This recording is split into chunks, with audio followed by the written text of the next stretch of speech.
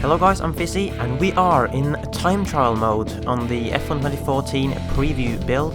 And this is Hockenheim, a track that I was really missing in 2013, but which returned to the F1 2014 calendar, and therefore also to this game.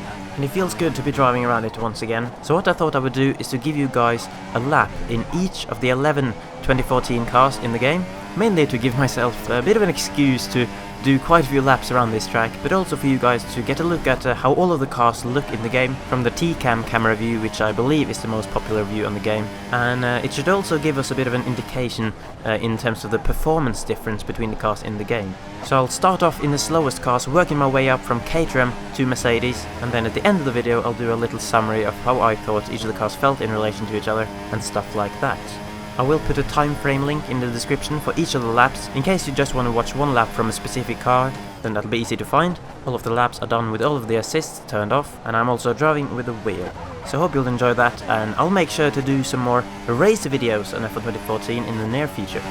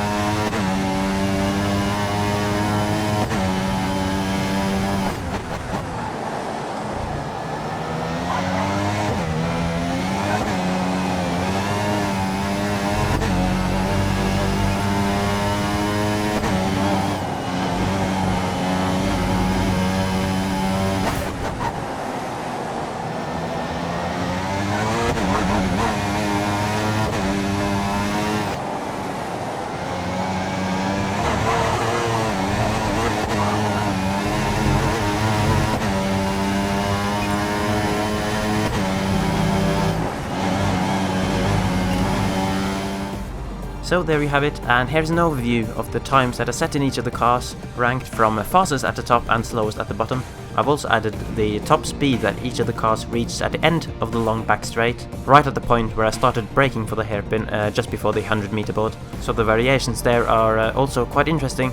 But the first thing we'll notice in terms of the lap time is that there's quite a big gap between the Mercedes car down to the Caterham car, over 5 seconds in fact, which could be partly down to the fact that I drove the Caterham laps at first and then the Mercedes laps last, so I'd say there's definitely a bit more time to find in the slow cars compared to the fast cars, but still there is quite a big gap there. And you can see that the difficulty that Codemasters have set on each of the cars kind of match up with how fast they are, but not quite.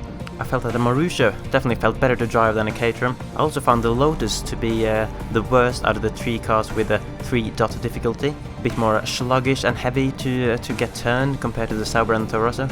And then the Force India was quite average, to be honest, definitely the worst out of the Mercedes powered cars. And you can see from the times that it's pretty much in no man's land in terms of lap time, quite far behind McLaren and Williams ahead, and then quite far ahead of Toro Rosso and Sauber behind, so that's quite interesting. McLaren and Williams definitely felt better to drive than the Force India, despite the game giving them the same difficulty ranking. And then we have the Red Bull there with the 3rd fastest time, which was a car that I did definitely the most amount of laps in. Trying to beat the time that is set beforehand in the Ferrari, but I just couldn't do it. It might be something with the Renault engine, not to really feeling that long straight, because the Red Bull definitely felt good in the corners, but I just couldn't beat the Ferrari time in it. And then obviously at the top the Mercedes, which definitely seems like the fastest car on the game, as it should based on real life. It just seems to be an all-round package in terms of speed and grip, but maybe not as far ahead of Ferrari as you'd expect based on real life. Obviously I'm pretty sure that time can be found in each of the laps, so these aren't perfectly accurate times in that sense, but it gives an indication of the performance difference between the cars in the game. So I hope you found that useful. Feel free to leave a like if you did. I'd very much appreciate it if you did, and I'll make sure to upload some more race gameplay from F1 2014 very soon.